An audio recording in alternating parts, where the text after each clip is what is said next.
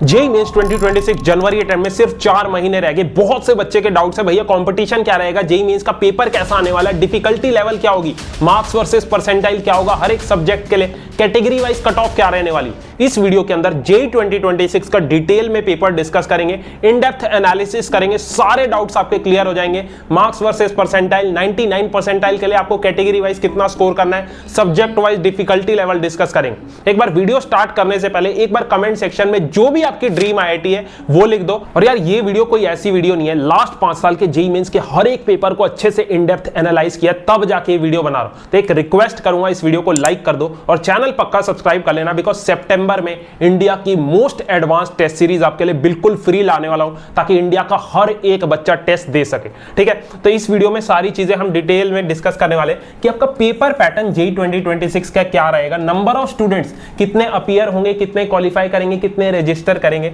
Number of seats IITs, NITs और triple ITs में कितनी होंगी, कितनी इंक्रीज होंगी, कैटेगरी वाइज कट ऑफ क्या रहने वाली है, मार्क्स वर्सेस परसेंटाइल क्या रहने वाला है, सब्जेक्ट वाइज एनालिसिस करेंगे इन डेप्थ। तो बिना स्किप करे वीडियो को एंड तक देखना। तो सबसे पहले जेईई मेंस 2026 का पेपर पैटर्न डिस्कस करते हैं क्या होने वाला है। तो इसके लिए मैंने लास्ट 3 इयर्स का डेटा लिया है, 2023, 24 और 25। तो अगर आप 2023 का पेपर देखो तो 300 मार्क्स का आपका पेपर हुआ था, जिसमें 90 क्वेश्चंस आए थे, जिसके अंदर 60 एमसीक्यूज और 30 न्यूमेरिकल्स थे। और इन 30 न्यूमेरिकल्स में से कोई भी आपको 15 पेपर के अंदर अटेम्प्ट करने थे।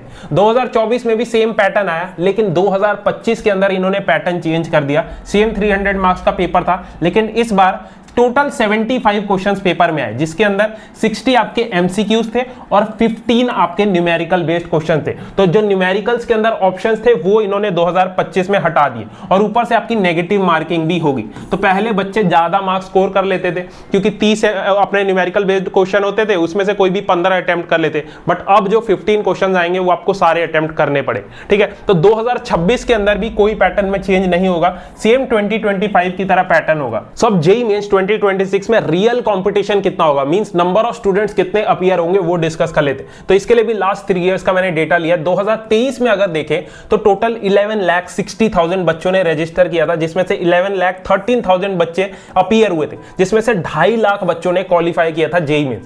सेम 2024 में अगर देखें तो ये नंबर आपका बढ़ के 14,76,000 चला गया, जिसमें से 14,15,000 बच्चे अपीयर हुए थे और 2.5 लाख बच्चों ने क्वालिफाई किया था जेईई मेंस में। और 2025 में ये नंबर बढ़ के चला गया 15,40,000, जिसमें से 14,75,000 बच्चे अपीयर हुए और 2.5 लाख बच्चों ने क्वालिफाई किया। ठीक है, तो 2026 की बात करें तो 2026 में ये नंबर 15,50,000 से लेके 15,80,000 तक जाएगा। मींस टोटल नंबर ऑफ बच्चे इतने रजिस्टर करेंगे, उसमें से 14,80,000 बच्चे पेपर में अपीयर होंगे, क्योंकि हर साल 70 से 80,000 बच्चे जो होते हैं फॉर्म फिल कर देते हैं बट एग्जाम देने नहीं जाते, और उसमें से अपने 2,50,000 बच्चे जेईई मेंस 2026 का पेपर क्वालिफाई करेंगे। बाकी मार्क्स वर्सेस परसेंटाइल डिस्कस करने से पहले एक इंपॉर्टेंट चीज बोलूंगा, मेंस और एडवांस में एक अच्छी रैंक लानी है, सिर्फ 4 से 5 महीने का टाइम रह गया, तो प्रीवियस ईयर क्वेश्चंस करना स्टार्ट कर दो। बहुत से बच्चों को मैंने कमेंट में देखा तो मेरे से पीडब्ल्यू की 48+143 JEE mains advance PYQ book के बारे में पूछ रहे थे। तो मैंने फिजिक्स की बुक को अच्छे से सॉल्व किया, प्रॉपर एनालिसिस की, तो पता लगा क्वेश्चंस का लेवल इसमें बहुत सही है। लास्ट 48 ईयर्स के जेईई एडवांस के सारे क्वेश्चन है, 2019 से 25 तक के सारे जेईई मेंस के पेपर्स है,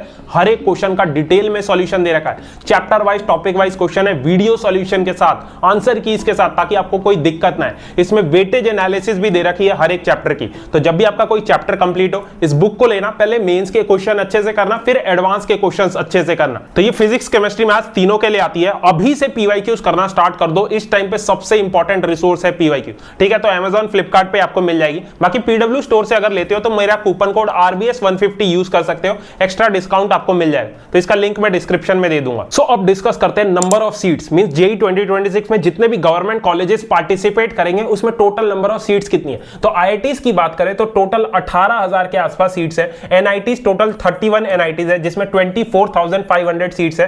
ट्रिपल आईटीज में 9,900 सीट्स है, और जीएफटीआईज इंडिया में 40+ जीएफटीआईज है, जिसके अंदर 10,000 के आसपास सीट्स है। तो टोटल सीट्स अभी एट प्रेजेंट 62,853 है, और 2026 में मान के चलो 2 से 2,500 सीट्स आपकी इंक्रीज होंगी, ठीक है। तो ऑलमोस्ट 65,000 सीट्स होंगी बीटेक के लिए आईआईटीज, एनआईटीज, ट्रिपल आईटीज और जीएफटीआईज में। और एक चीज देखी जाए, नंबर ऑफ सीट्स बहुत कम इंक्रीज हो रही है और नंबर ऑफ एस्पिरेंट्स हर साल 70 से 80,000 एक्स्ट्रा बच्चे अपीयर हो रहे हैं। सो अब डिस्कस करते हैं जेईई मेंस 2026 का डिफिकल्टी लेवल क्या होगा, मींस कट ऑफ क्या होगी जनरल स्टूडेंट्स की। तो इसके लिए मैंने लास्ट 3 इयर्स का डेटा लिया है, 2023, 24 और 25। तो 2023 में अगर देखें तो 90.77 परसेंटाइल कट ऑफ थी जनरल स्टूडेंट्स की, जिसके लिए 80 से लेकर 110 मार्क्स स्टूडेंट्स को स्कोर करना पड़ा था। 80 मार्क्स बेसिकली टफ शिफ्ट के लिए और इजी शिफ्ट के लिए आपको 110 मार्क्स स्कोर करना पड़ा था। वहीं 2024 में कट ऑफ इंक्रीज करके हो गई 93.23 परसेंटाइल, जिसके लिए बच्चों ने स्कोर किया था 90 से लेके 155 मार्क्स। और 2025 में थोड़ी कट ऑफ गिरी जो कि थी 93.10 परसेंटाइल। इसके पीछे का रीजन ये था कि एनटीए ने इस साल बहुत ही ज्यादा टफ पेपर बनाया था, इन डेप्थ क्वेश्चंस पूछे थे, ठीक है। तो उसके लिए आपको 85 से 135 स्कोर करना पड़ा था। तो 2026 की बात करें तो 2026 में जनरल स्टूडेंट्स की कट ऑफ हो सकती है 93.5 परसेंटाइल, ठीक है। तो इसके लिए आपको 100 मार्क्स स्कोर करना पड़ेगा अगर आपकी शिफ्ट बहुत ही ज्यादा टफ है, और अगर आपकी शिफ्ट इजी आती है तो आपको 160 मार्क्स के आसपास स्कोर करना पड़ेगा। सो अब category wise cut off discuss कर लेते हैं। इसके लिए लास्ट 4 इयर्स का मैंने डेटा लिया 2022, 23, 24 और 25, ठीक है। तो जनरल स्टूडेंट्स की 2022 में देखें तो 88.5 परसेंटाइल थी कट ऑफ, बाकी कैटेगरी के स्टूडेंट्स अपनी देख सकते हैं। उसके बाद 2023 में इंक्रीज होकर हो गई ये 90.5, उसके बाद 2024 में हो गई 93.5 और 2025 में थोड़ी कट ऑफ गिरी 93.1। इसके पीछे का रीजन था कि एनटीए ने बहुत ही ज्यादा टफ पेपर बनाया, ठीक है। तो अब 2026 में अगर हम प्रेडिक्ट करें तो मान के चलो पेपर आपका डिफिकल्टी आएगा लेकिन कट ऑफ थोड़ी इंक्रीज हो जाए, ठीक है। तो जनरल स्टूडेंट्स की हो सकती है 93.5, मींस 0.4 से लेके 0.5 अपना ऐड कर दो, ठीक है, अपनी कैटेगरी के हिसाब से।